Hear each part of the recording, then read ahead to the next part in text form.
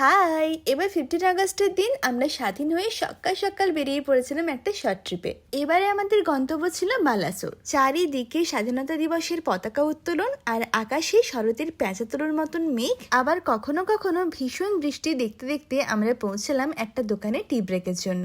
দেন ওখান থেকে আরো 1.5 ঘন্টা ড্রাইভ করে আমরা চলে এলাম আমাদের হোটেল নীলাদ্রি ইনে। সবকিছু এলোমেলো হয়ে যাওয়ার আগে আমাদের রুমটা তোমাদের একবার দেখিয়ে দিই। ডোর ওপেন করতেই সামনেই ছিল এত বড় একটা মিরর, তারপরে ছিল একটা টিভি, সাথে একটা টেবিল, আর বাইরে মোটামুটি একটা সুন্দর ভিউ ছিল, একটা পরিষ্কার পরিচ্ছন্ন বাথরুম, আর চারিদিকে এত সুন্দর সুন্দর ওয়াল ডেকারের সাথে একটা কমফোর্ট বেড। আমাদের দুদিনের টোটাল খরচ আমি স্ক্রিনে মেনশন করে দেবো। তারপর ফ্রেশ হয়ে খাওয়া দাওয়া করে চলে এলাম আমরা চাঁদিপুর সি বিচে। সমুদ্রে সামনাসামনি জল কিন্তু একটুও ছিল না, তবে চারিদিকের ভিউটা ভীষণ সুন্দর ছিল। এর উল্টো দিকেই আবার একটা ঝাউবনও ছিল। এত সুন্দর হাওয়া দিচ্ছিল, আমরা প্রায় 2 ঘন্টা বসেছিলাম আর সন্ধ্যে পর্যন্ত ক্রিকেট খেলা এনজয় করছিলাম। দেন ওখান থেকে সন্ধ্যের দিকে আমরা চলে গিয়েছিলাম ইমামি জগন্নাথ টেম্পলে।